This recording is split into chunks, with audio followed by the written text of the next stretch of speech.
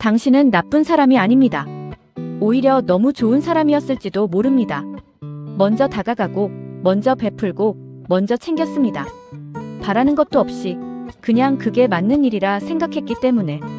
그런데 어느 순간부터 이상한 감각이 들기 시작했습니다. 내가 뭔가를 해주지 않으면 상대가 삐지는 것 같고, 따로 부탁도 없는데 당연하다는 듯 기다리고 고맙다는 말은 점점 사라졌습니다. 나의 친절이 어느새 의무가 되어버린 것 같은 불편하고 답답한 느낌. 내가 예민한 건 아닐까? 내가 너무 많은 걸 바라는 건 아닐까? 스스로를 다시 의심하게 됩니다. 오늘 그 감각이 착각이 아니었다는 것을 확인해 드리겠습니다. 그리고 화를 내거나 관계를 끊는 방식이 아니라 조용히, 그러나 단단하게 나를 지키는 법을 함께 생각해 보겠습니다. 먼저 한 가지를 분명히 말씀드리고 싶습니다. 당신이 친절했던 것, 그것은 잘못이 아닙니다. 누군가를 위해 기꺼이 시간을 내고 불편을 감수하면서도 먼저 손을 내밀었던 그 마음은 진심이었고 충분히 아름다운 것이었습니다. 내가 너무 만만하게 보인 걸까? 내가 먼저 잘해준 게 문제였을까? 하지만 그렇게 자책할 필요는 없습니다. 친절은 죄가 아닙니다.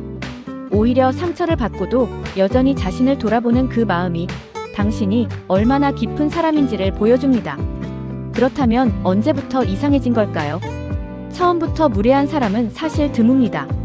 관계 초반에는 고맙다는 말도 하고 미안하다는 표현도 하고 받은 것에 충분히 감사함을 표현합니다.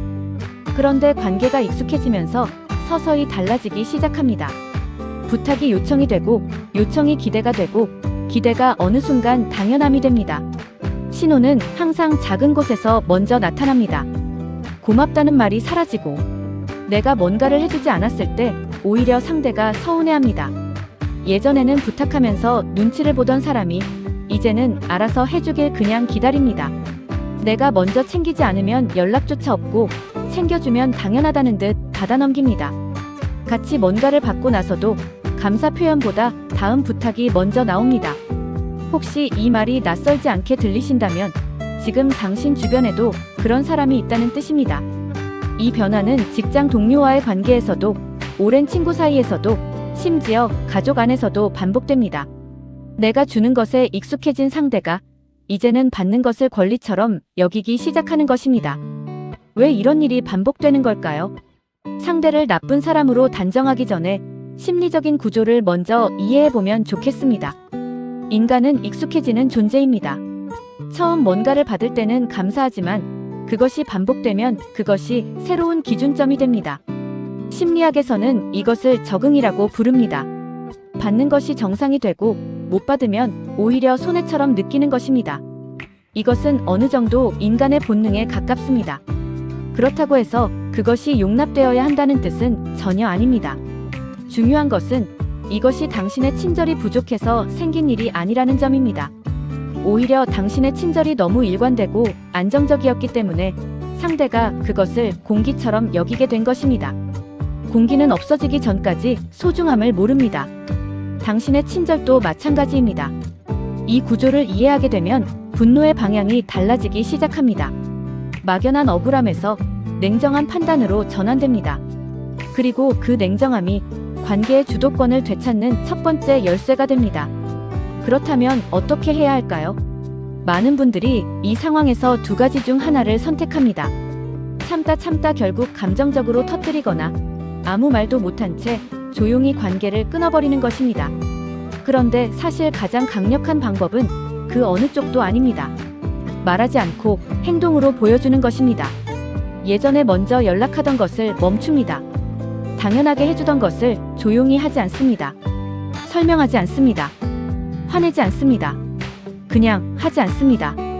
이것이 왜 강력하냐면 말로 경계를 선언하면 상대는 방어하거나 협상하려 들기 때문입니다. 억울하다며 분위기를 이상하게 끌고 가거나 적당히 사과하는 척하고 다시 같은 패턴으로 돌아옵니다. 그러나 행동이 조용히 달라지면 상대는 설명도 없이 무언가를 잃고 있다는 것을 스스로 감지하게 됩니다. 무엇이 달라졌는지 스스로 생각하게 만드는 것, 그것이 핵심입니다. 수준은 말이 아니라 행동에서 드러납니다. 그리고 경계도 선언이 아니라 태도에서 완성됩니다. 조용히 달라진 당신의 행동이 어떤 말보다 강하고 오래가는 메시지를 전달할 것입니다. 이 말씀을 드리면 많은 분들이 비슷한 감정을 느낍니다. 죄책감입니다. 내가 너무 차갑게 구는 건 아닐까? 상대가 오해하면 어떡하지? 관계가 완전히 틀어지면 어떡하지? 혹시 내가 너무 예민하게 반응하는 건 아닐까? 그 마음 충분히 이해합니다. 하지만 한 가지만 기억해 주십시오. 호의를 거두는 것은 상대를 미워하는 것이 아닙니다. 나의 친절이 소중하게 여겨지는 곳에만 쓰겠다는 지극히 당연한 선택입니다. 관계를 끊을 필요도 없습니다. 극적인 선언도 필요 없습니다. 그저 내가 먼저 나서지 않는 것, 요청이 없으면 움직이지 않는 것. 이것만으로도 관계의 균형은 서서히 달라지기 시작합니다. 그리고 이 과정에서 중요한 한 가지가 자연스럽게 드러납니다. 상대가 정말 당신을 소중히 여기는 사람인지 아니면 그냥 편리한 존재로 여겼던 것인지가. 진짜 소중한 사람이라면 달라진 온도를 느끼고 먼저 다가올 것입니다. 그렇지 않다면 그것이 이미 당신이 알아야 할 답입니다. 그 답을 받아들이는 것이 아프더라도 그것이 진짜 나를 위한 선택의 시작입니다. 마지막으로 이것만 기억하십시오. 당신의 호의는 당신의 것입니다. 상대가 요구한다고 해서 줘야 하는 것이 아니고 상대가 당연하게 여긴다고 해서 계속 줘야 하는 것도 아닙니다. 친절은 강요받는 것이 아니라 내가 선택하는 것입니다. 그 선택권을 되찾는 것이 두렵거나 미안한 일이 아닙니다. 오히려 그것이 진짜 건강한 관계의 시작입니다. 나를 소중히 여기지 않는 사람에게 에너지를 쏟는 대신 나를 진심으로 대하는 사람에게 더 깊이 마음을 쓸 수 있게 됩니다. 당신의 친절은 낭비되어서는 안 됩니다. 그것은 그만한 가치가 있는 사람에게 닿아야 합니다. 오늘 이 영상이 조금이라도 공감이 되셨다면 지금 비슷한 상황으로 지쳐있는 주변 분께 이 영상을 전해주세요.